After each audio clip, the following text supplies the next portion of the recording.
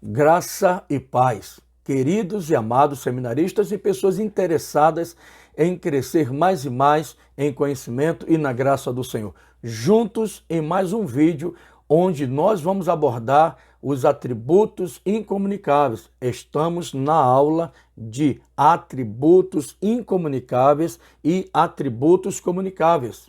Este é o segundo vídeo. O primeiro vídeo nós fizemos uma singela introdução. E agora, neste vídeo, nós vamos abordar os atributos incomunicáveis de Deus.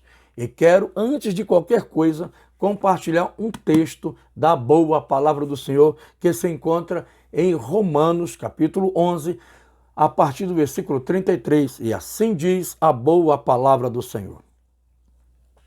Ô profundidade das riquezas, tanto da sabedoria como da ciência de Deus.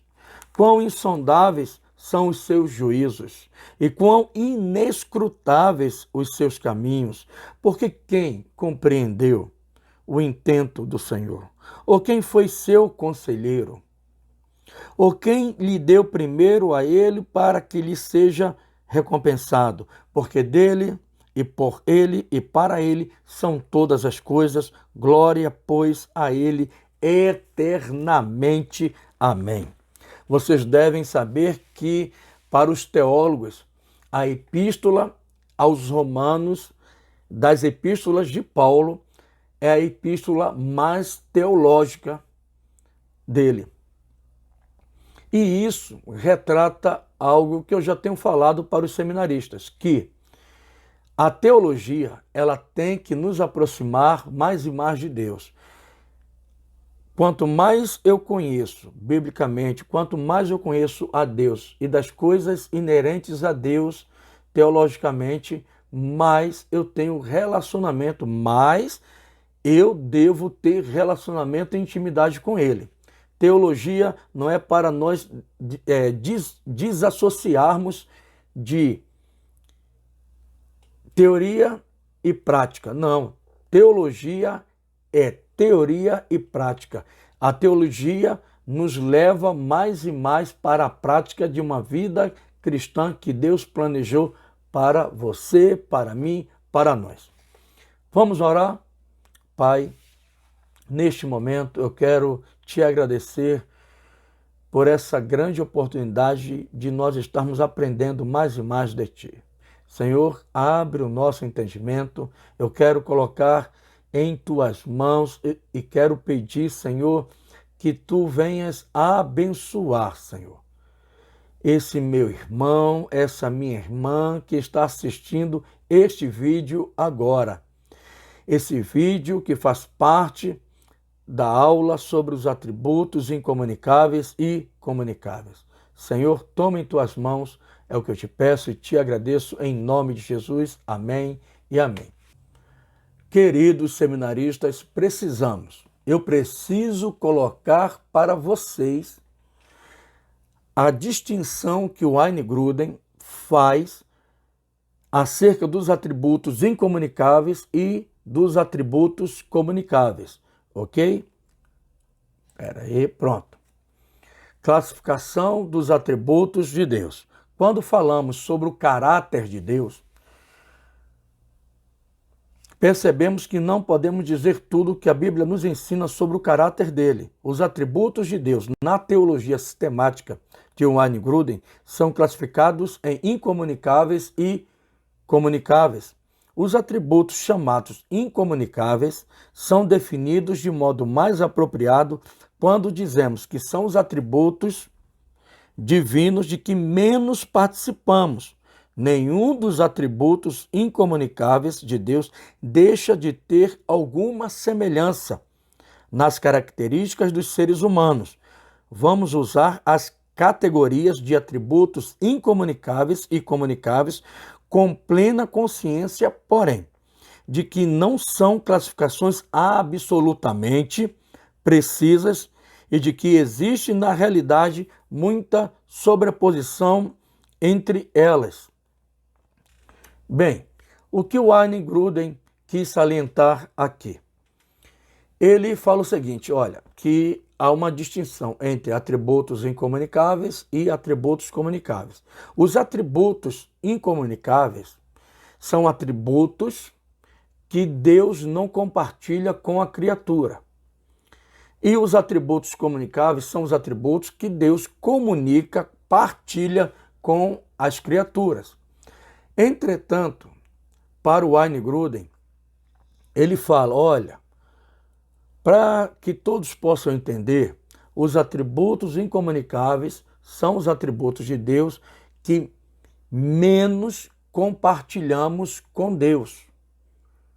Ou são os atributos que Deus menos compartilha conosco, mas em cada criatura há uma nuance desses atributos de alguma maneira. Então, o Wayne Grudem salienta esse negócio. Com a devida vênia, com todo o respeito a ele, assim, há atributos que, para mim, são os atributos incomunicáveis e que de maneira alguma, nenhuma criatura terá, nenhum ser humano terá uma pitada desse atributo. E vocês verão, ok? Verão mais lá na frente. Definições equilibradas dos atributos incomunicáveis de Deus. Os atributos incomunicáveis de Deus são talvez os que mais facilmente compreendemos de maneira errada, de maneira equivocada. Provavelmente porque representam aspectos do caráter divino menos familiares à nossa existência. A primeira parte define os atributos em questão e a segunda procura evitar a compreensão equivocada do atributo, expondo um aspecto oposto ou de equilíbrio associado a esse atributo. A imutabilidade de Deus, por exemplo, é definida assim: Deus é imutável em seu ser, nas suas perfeições, nos seus propósitos e nas suas promessas. Porém, Deus efetivamente age e age de modos diversos diante de situações diferentes. A segunda metade da definição procura evitar a ideia de que imutabilidade significa incapacidade total de ação. Alguns, de fato, entendem a imutabilidade dessa maneira, mas essa compreensão é incomparável com a apresentação bíblica da imutabilidade de Deus. Então, é o seguinte, muitos têm dificuldade de entender as coisas inerentes aos atributos incomunicáveis, pois eles são os que menos são familiares a nós. E o Wayne Grudem, para ensinar de forma mais didática, ele pontua o seguinte. Primeiro, ele vai colocar uma definição sobre aquele atributo, depois vai colocar talvez uma definição posterior, mas não é algo contraditório, mas para expandir a definição colocada primeiramente, ok? Dito isso, vamos passar para os atributos incomunicáveis de forma pontuando um por um. E o primeiro atributo incomunicável é independência. A independência de Deus é definida assim: Deus não precisa de nós nem do restante da criação para nada. Porém, tanto nós quanto o restante da criação podemos glorificá-lo e dar-lhe alegria. Esse atributo de Deus é às vezes denominado de existência autônoma, autoexistência ou aceidade, das palavras latinas a si, que significam de si mesmo. Deus é absolutamente independente e autossuficiente.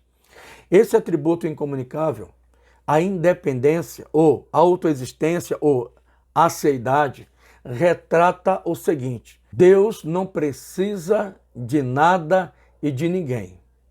Esse atributo de independência retrata isso.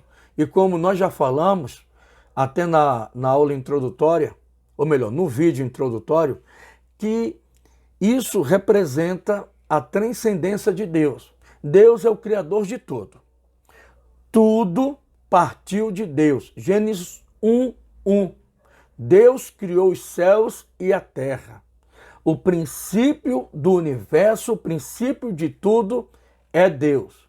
E como Deus é o princípio de tudo, é a causa de tudo, ele é totalmente independente da criação. E isso retrata a transcendência de Deus. E como eu falei na aula presencial, aquela base sobre transcendência e imanência foi muito importante, pois quando a gente fala agora coisas inerentes à transcendência e à imanência, vocês já vão linkar, linkar uma coisa com outra. Isso aí vai facilitar o aprendizado, ok? Então, a independência de Deus é um atributo incomunicável que categoricamente afirma: Deus não precisa de ninguém e de nada do que ele criou. Mas a criação precisa. Se Deus não estiver na criação, se Deus não estiver presente na criação, a criação já era. Então Deus está presente na criação para preservá-la. E Deus está presente em nossas vidas para nos dar o gostinho do céu. Olha, povo meu, filha amada minha, eu estou em vocês, vocês a cada vez mais vão ter relacionamento e intimidade comigo, e isso aí é um percentual ínfimo do que nós teremos na eternidade. Aleluia! Vamos para o outro atributo incomunicável: imutabilidade.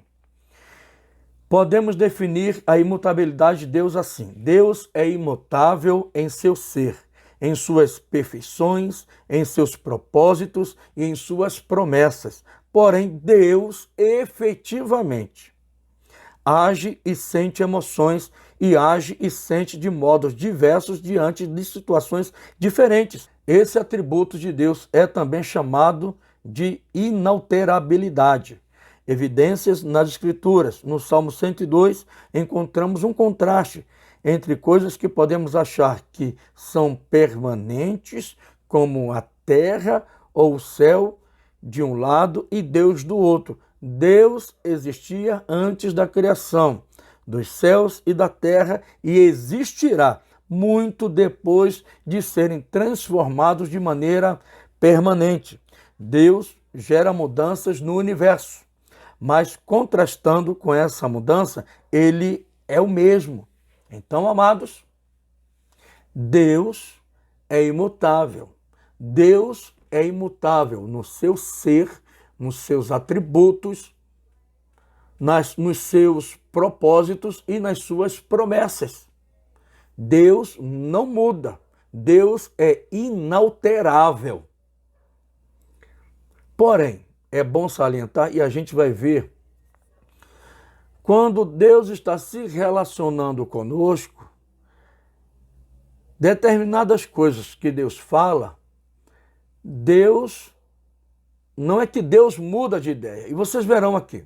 Deixa eu já passar esse slide para que vocês entendam. Se Deus não muda, como é que em vários versículos, em várias passagens bíblicas, nos traz a ideia que Deus mudou? Até vai ser uma redundância, né? Traz a ideia de que Deus muda de ideia. Mas é isso mesmo, Deus, ele muda de ideia. Mas isso tem que ser muito bem explicado. Eu quero ler para vocês. Deus, às vezes, muda de ideia, mas quando dizemos que Deus é imutável nos seus propósitos, quando nós falamos que Deus é imutável no seu ser, nos seus atributos, nos seus propósitos, nas suas promessas, Podemos ficar perplexos diante de passagens bíblicas em que Deus diz que julgaria seu povo, mas depois, por causa de orações ou do arrependimento do povo, ou ambos, Deus cedeu e não trouxe juízo como disse que faria. Ok. Isso aí, como eu falei há pouco tempo atrás, Deus, ele é imutável. E eu estou várias vezes reafirmando isso. Deus é imutável no seu ser, nos seus atributos, em suas promessas, em seus propósitos. Deus não foi menos bom do que é hoje, ou Deus não vai ser melhor do que ele é agora. Deus é o que é. Eu sou o que sou. Assim disse Deus. Essa questão da imutabilidade e diante de questões de que Deus mudou de ideia é o seguinte. Deus, quando ele está se relacionando com o homem, Deus muda o que ele já tinha determinado. Isso de maneira alguma vai conflitar, vai gerar algo dúbio com relação a Deus. Vamos lá, Ezequias. Deus mandou o profeta Isaías lá falar com ele, olha, homem, você arruma a tua casa, coloca tudo em ordem, que você vai morrer. O rei, por sua vez, chorou, pediu perdão, se humilhou, e quando Isaías, antes de sair do castelo, do palácio do rei, Deus veio a Isaías e disse, Isaías, volta lá e fala para o rei que eu ouvi a oração dele e eu vou dar-lhe mais 15 anos. Deus mudou? Sim, de ideia, mas Deus continuou sendo o mesmo em seu caráter, em seu ser, na sua questão ontológica, né? Que ontologia refere-se ao ser íntimo de Deus. Então, Deus, no seu ser, nos seus atributos, nos seus propósitos, nas suas promessas, continuou o mesmo. Mas na dinâmica com o rei Ezequias, Deus mudou de ideia, não no cerne dele, ok? Aí tem uma questão que é um desdobramento dessa questão, ou então uma variante dessa questão. Se Deus é imutável, então também Deus, ou essa questão de imutabilidade, afeta as emoções e sentimentos de Deus. Essa questão da impassibilidade como um desdobramento da imutabilidade de Deus é algo equivocado. Por mais que eles filosofem, esses teólogos que levantaram essa questão sobre a impassibilidade de Deus, por mais que eles tentem associar da melhor maneira com relação à imutabilidade, amados, é besteira, é bobagem, pois em toda a Bíblia nós temos um farto material bíblico de que Deus tem emoções e sentimentos. E aí, a gente vai ficar com algo construído por teólogos que não tem a Bíblia como base e apenas filosofias vãs, ou vamos ficar o que está revelado na palavra de Deus? Deus é imutável, mas Deus não é impassível. Deus não tem esse atributo denominado a impassibilidade de Deus. Não, Deus tem emoções, tem sentimentos. Mas, queridos, nós somos afetados por sentimentos e emoções. Agora, nós, em cima disso, não podemos tentar construir algo, como tínhamos, Deus também sente. Não, Deus é infinitamente muito superior e nós temos que ter isso de forma bem clara em nós. A impassibilidade como um desdobramento da imutabilidade de Deus, olha, chuta que é laço, é engano e mentira. E tem uma outra questão inerente à imutabilidade de Deus, ou antagônica à imutabilidade de Deus, que é chamada a teologia do processo. A teologia do processo é uma corrente teológica que afirma que Deus não é imutável ou onipotente e que está em constante processo de mudança e evolução, juntamente com a criação. Na visão de Gruden, Deus é imutável e soberano, o que significa que ele não muda e está no controle de todas as coisas.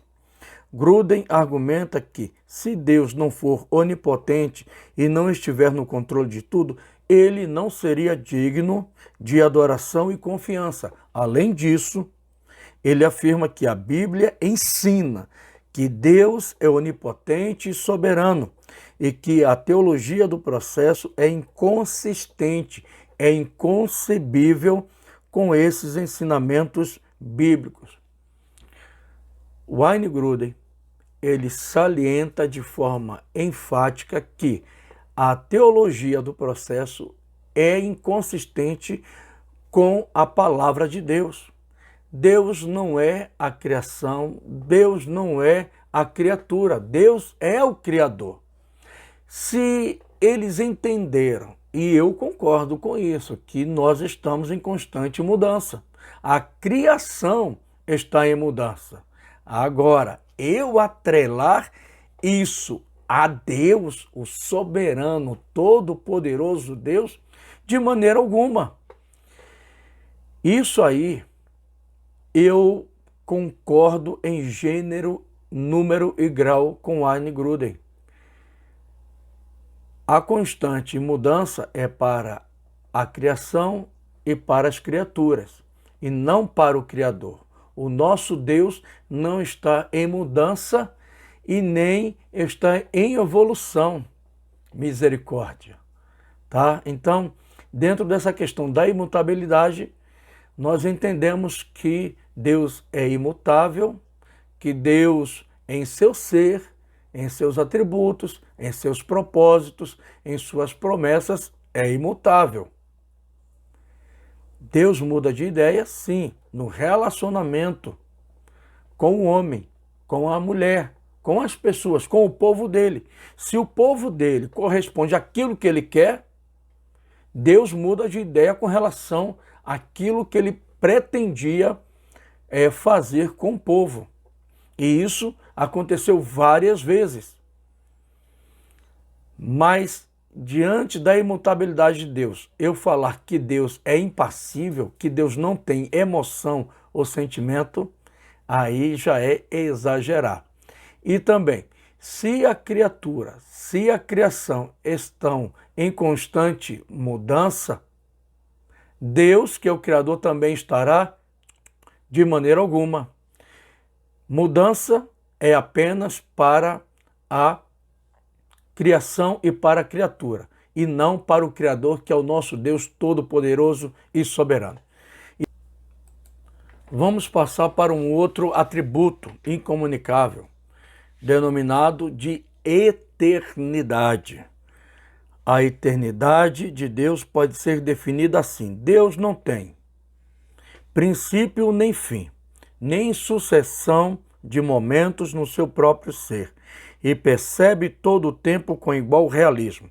Ele, porém, percebe os acontecimentos no tempo e age no tempo. Às vezes, essa doutrina é denominada doutrina da infinitude de Deus com respeito ao tempo. Ser infinito significa ser ilimitado. E a doutrina ensina que o tempo não impõe limites a Deus.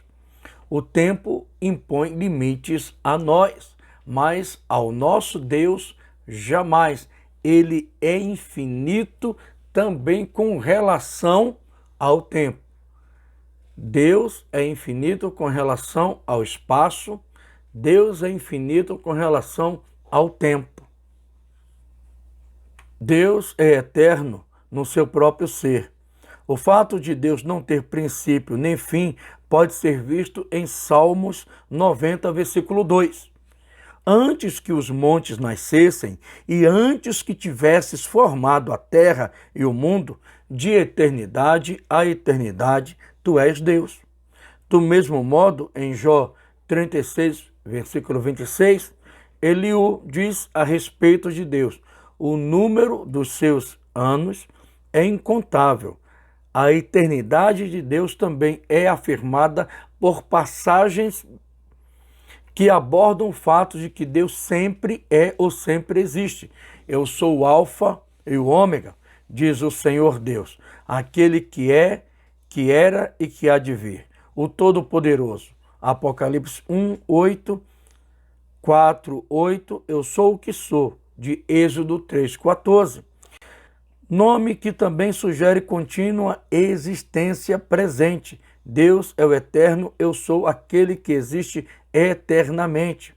Nós temos muitas passagens bíblicas que corroboram enfaticamente que Deus, ele é o eterno, que ele existe desde a eternidade passada, que Deus não teve princípio e não terá, invariavelmente, fim, que Deus é o eterno do início ao final, se nós podemos assim falar. O princípio e o fim, o alfa e o ômega. Deus criou o tempo. O fato de Deus jamais ter começado a existir pode também ser deduzido da verdade de que Deus criou todas as coisas e que ele é um espírito imaterial. Antes que Deus fizesse o universo, não havia matéria. Mas então ele criou todas as coisas. Gênesis 1:1, João 1:3, 1 aos Coríntios 8:6, Colossenses 1:16 e Hebreus 1:2. Deus é o Criador, como já vimos anteriormente, Deus é o Criador de todas as coisas. E como ele criou todas as coisas, ele também criou o tempo. As Escrituras falam de acontecimentos antes do tempo. As passagens bíblicas mencionadas e o fato de que Deus sempre existiu antes que houvesse tempo nos afirma que o próprio ser divino não tem uma sucessão de momentos nem progresso algum de um estado de existência a outro. Nós estamos inseridos nisso aqui. Para nós, há uma sucessão de momentos, há uma sucessão de progresso, há um progresso de um estado de existência para o outro. Isso aí é inerente a nós, seres humanos, mas para Deus, de maneira alguma. Para o próprio Deus, toda a sua existência é sempre, de algum modo, presente. Embora, reconhecidamente, essa ideia seja de difícil compreensão para nós, pois é uma espécie de existência diferente de que vivenciamos. Exatamente. É inconcebível, com a nossa realidade após a queda, assimilarmos perfeitamente essa definição. Para Deus não existe uma sucessão de momentos, uma progressão de algo que é, que vai ser. Isso é para nós, não para Deus. Para Deus, eu gosto de um jargão teológico que fala bem assim: para Deus, o passado, o presente e o futuro são um eterno presente. Isso aí é lindo e maravilhoso. Isso aí é profundo, queridos. Deus percebe todo o tempo com igual realismo. Em certo sentido, é mais fácil para nós compreendermos que Deus percebe todo o tempo com igual realismo. Lemos em Salmos 90, versículo 4. Pois 1000 anos aos teus olhos são como o dia de ontem, que passou, e como a vigília da noite. Deus percebe os acontecimentos no tempo e age no tempo. Todavia, dito isso, para evitar uma compreensão equivocada, é preciso completar a definição da eternidade de Deus. Deus percebe os acontecimentos no tempo e age no tempo. Paulo escreve: quando chegou a plenitude do tempo, Deus enviou seu filho, nascido de mulher, nascido sob a lei, para redimir os que estavam sob a lei. Gálatas capítulo 4, versículos 4 e 5. Podemos dizer que Deus observava o avanço do tempo à medida que os vários acontecimentos se desenrolavam em sua criação. Então, no tempo certo, determinado por ele, por Deus, quando chegou a plenitude dos tempos, Deus enviou seu Filho ao mundo. É evidente que ao longo das Escrituras, que Deus age no tempo e age de modos diversos em diferentes momentos do tempo. Amados, essa questão que o Wayne Grudem aborda é para evitar o seguinte: Deus é eterno. Como ele não é limitado pelo tempo, ele é infinito com relação ao tempo, então o tempo para Deus não existe. Deus age aleatoriamente ao tempo.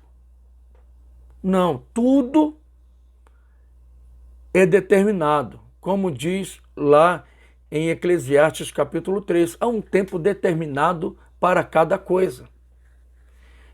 E o Wayne Grudem, ele fala o seguinte: Deus, ele age no tempo e age de modo diferente no tempo.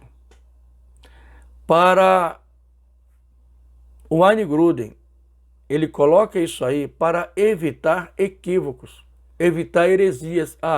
Deus, como Deus é eterno, Deus não age, para ele tanto faz. Mas a gente percebe na revelação de Deus, na palavra dele, que Deus vai interagindo dentro do tempo com o ser humano. Adão e Eva, Enoque, Noé, José, ou melhor, antes do José, claro, Abraão, Isaac, Jacó, José, Moisés, o povo ali no Egito, o povo no deserto, o povo na terra prometida, os vários juízes, antes dos juízes, Josué, depois vieram os juízes, dentro ainda dessa perspectiva de juízes, Samuel, veio Saul, Davi e assim por diante. Deus, ele é superior ao tempo, o tempo não limita o nosso Deus, mas Deus age no tempo. Amém?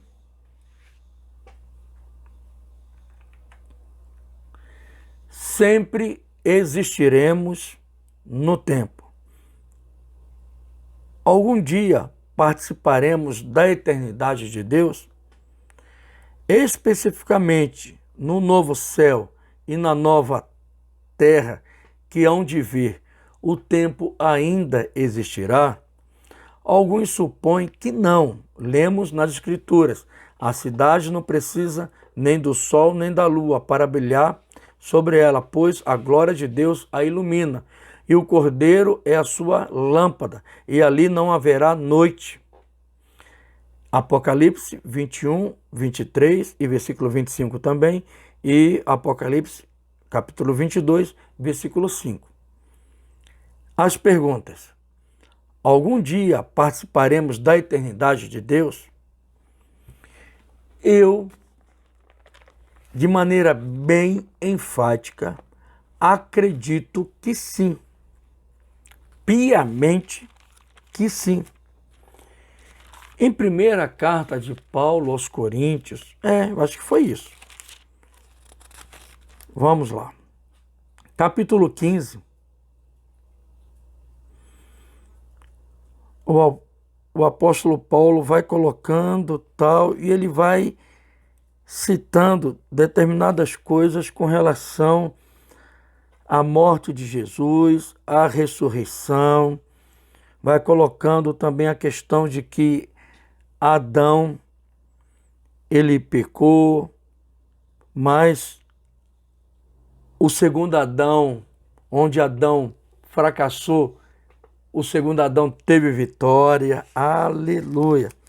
E ele coloca algo bem assim, bem contundente. É 1 aos Coríntios, capítulo 15, a partir do versículo 53. Ou melhor, a partir do versículo 51. Eis aqui vos digo o mistério. Na verdade, nem todos dormiremos, mas todos seremos transformados. No momento, num abrir e fechar de olhos, ante a última trombeta, porque a trombeta soará, e os mortos ressuscitarão incorruptíveis, e nós seremos transformados. Porque convém, olha só, porque convém, versículo 53, que isto que é corruptível se revista da incorruptibilidade, e que isto que é mortal se revista da imortalidade. Nós podemos pecar, e nós pecamos.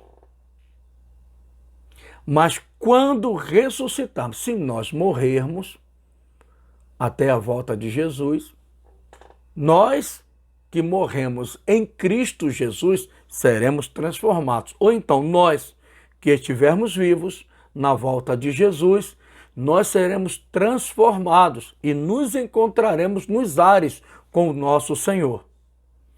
E eu acho interessante, o que é corruptível se revestirá da incorruptibilidade. Isso eu afirmo enfaticamente que nós não poderemos pecar. Nos revestiremos da incorruptibilidade. E outro detalhe. E isto que é mortal, o nosso corpo, se revestir da imortalidade. O que é imortalidade? É um sinônimo de eternidade.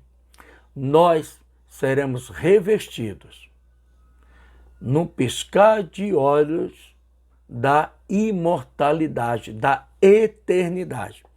Aí eu concordo com Wayne Grudem, que esse atributo incomunicável, nós também, em um determinado tempo, não agora, nós vamos compartilhar com Deus. Ou melhor, né? Isso soa até meio errado, né? Soa, fere os ouvidos. Em um determinado período no tempo, que é só conhecido por Deus, Deus vai compartilhar da eternidade dele conosco. Isso é lindo e maravilhoso. Aleluia! Glória a Deus! Aleluia! Nós finalizamos o atributo incomunicável eternidade. Agora nós vamos passar para a onipresença de Deus. Assim como Deus é ilimitado ou infinito com respeito ao tempo, também é ilimitado com respeito ao espaço. Essa característica da natureza de Deus é chamada onipresença. O prefixo latino omni significa tudo. A presença de Deus pode ser definida como segue. Deus não tem tamanho nem dimensões espaciais e está presente em cada ponto do espaço com todo o seu ser. Mas ele age de modos diversos em lugares diferentes. É bom salientar isso. Que bom que você já tem uma base. Vocês lembram da aula sobre ismos? Panteísmo. Panteísmo afirma que tudo é Deus, que Deus é tudo. Essa questão da onipresença de Deus pode levar, e como levou muitos a entenderem isso de forma equivocada. Deus é onipresente, Deus está Deus preenche, ou Deus está em todo lugar, mas Deus não é o todo lugar, né? Parece até um pouquinho difícil de explicar, mas não, queridos. Vamos trocar em miúdos? A onipresença de Deus representa para nós que Deus está presente em todo lugar. Mas Deus não é todo lugar. Que o tudo é Deus e Deus é o tudo. Deus está presente e age de forma diferente em cada lugar. Nós vamos entrar nisso aí. Deus está presente em todo lugar. Há determinadas passagens que falam da presença de Deus em toda parte do espaço. Lemos em Jeremias: acaso sou eu, Deus, apenas de perto, diz o Senhor, e não também de longe? Eu li esse versículo aqui, Jeremias 23, 23 e Jeremias 23, 24, no vídeo introdutório. Um homem consegue esconder-se em lugares secretos de modo que eu não veja, declara o Senhor. Porventura não encho eu os céus e a terra, declara o Senhor. Jeremias 23 e 24. Aqui Deus repreende os profetas que pensam que suas palavras ou pensamentos ficam ocultos de Deus. Ele está em todo lugar e enche o céu e a terra. Mas Deus não é tudo. E tudo não é Deus. Temos que desassociar, nos afastar dessa filosofia, desse ismo, panteísmo. Ok? Deus não tem dimensões espaciais. Embora para nós pareça necessário. Deus não tem dimensões espaciais. Embora para nós pareça necessário dizer que todo ser de Deus está presente em toda parte do espaço ou em cada ponto do espaço, é também necessário dizer que Deus não pode ser contido por espaço algum, por maior que seja. Salomão afirma na sua oração a Deus: mas na verdade Deus habitaria na terra? Eis que o céu e até o céu dos céus não te podem conter, muito menos esta casa que edifiquei. 1 Reis, capítulo 8, versículo 27. Eternidade nos leva à definição de que o nosso Deus Todo-Poderoso não é contido e limitado pelo tempo. A onipresença nos arremete de que o nosso Deus não é limitado pelo espaço.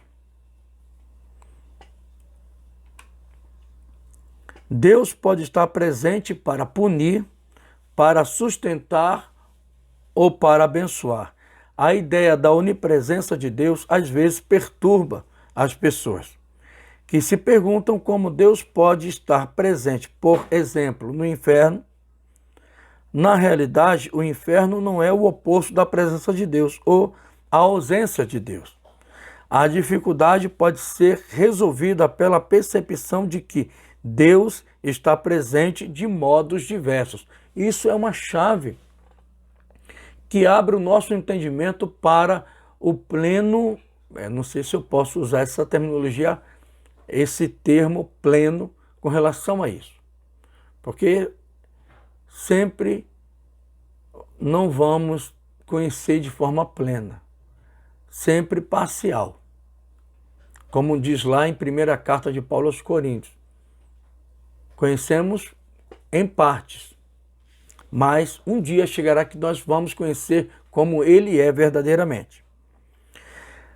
A dificuldade pode ser resolvida pela percepção de que Deus está presente de modos diversos em diferentes lugares, ou que Deus age diferentemente em locais diferentes de sua criação. Como eu falei, isso é uma chave. Deus não é limitado pelo espaço. Deus está presente no espaço, mas Deus não é o espaço. Deus não é o universo, Deus está presente em cada ponto do universo. Vem destravar, essa chave vem destravar o seguinte: Deus também está no inferno? Sim, para punir. Deus está no céu para governar, para ser louvado e adorado. Deus está presente na criação para sustentar. Deus está presente no homem para falar que ele existe e que Deus preparou algo para ele. Mas Deus, eu quero enfatizar, Deus, ele age de forma diferente em cada ponto, em cada lugar. Deus age de várias maneiras no espaço. E vamos para o último atributo incomunicável, a unidade de Deus. A unidade de Deus pode ser definida desta forma: Deus não está dividido em partes, porém percebemos atributos diversos de Deus, enfatizados em momentos diferentes. Esse atributo de Deus é também denominado de a simplicidade divina, empregando simples no sentido menos comum de não complexo ou não composto de partes. Mas como a palavra simples hoje tem o sentido mais comum de fácil de compreender e simplório ou tolo, é mais proveitoso agora falar da unidade de Deus e não de sua simplicidade. Bem, a unidade de Deus representa para nós, esse atributo incomunicável representa para nós que Deus não está dividido em partes. Deus é o atributo incomunicável de eternidade, de onipresença? Não. Tudo isso aí faz parte da unidade de Deus. Cada atributo caracteriza todo o ser de Deus. Não há atributo mais importante que outro. Além disso, Deus não está dividido entre os atributos, como se parte dele fosse luz, outra parte amor. Os atributos são característicos de todo o ser divino. Assim, é imprescindível lembrar que todo o ser divino compreende a totalidade dos seus atributos. Chave para o entendimento. É imprescindível lembrar que todo o ser divino compreende a totalidade dos seus atributos. Todo o ser divino compreende perfeitamente e plenamente cada atributo dele. Para nós que somos finitos, nós, por causa dessa finitude, nós percebemos em momentos diferentes um determinado atributo de Deus, mas em Deus não há essa divisão, não há essa cisão, não há essa separação. Ele é inteiramente amoroso, ele é inteiramente misericordioso, ele é inteiramente justo, ele é inteiramente amoroso e assim por diante. Deus é sempre o mesmo Deus. Ele é sempre o mesmo Deus e tudo que Deus e tudo que diz ou faz é plenamente coerente com todos os seus atributos. Não é correto dizer, como alguns já disseram, que Deus é um Deus de justiça no Antigo Testamento e um Deus de amor no Novo Testamento. Deus é e sempre tem sido infinitamente justo, bem como infinitamente amoroso. E tudo o que faz no Antigo Testamento, bem como no Novo Testamento, é absolutamente coerente com esses dois atributos. Infelizmente, a mente humana começa a viajar na maionese, viajar na batatinha, viajar nas heresias. Então, isso surgiu no decorrer da história da igreja. Essa heresia, o Deus do Antigo Testamento é um outro Deus. E o Deus do Novo Testamento é um outro Deus que não é o Deus do Antigo Testamento. Misericórdia! Nenhum atributo de Deus é o mais importante. Em todas as épocas da história, há a tendência de valorizar mais um ou outro atributo. Deus não pode ser mais amoroso em uma situação e mais justo em outra. Isso significaria que ele muda. E, como nós já aprendemos, Deus é imutável em seu ser, amém? Em seu ser, em seus atributos, em seus propósitos e em suas promessas. Isso significaria que ele muda.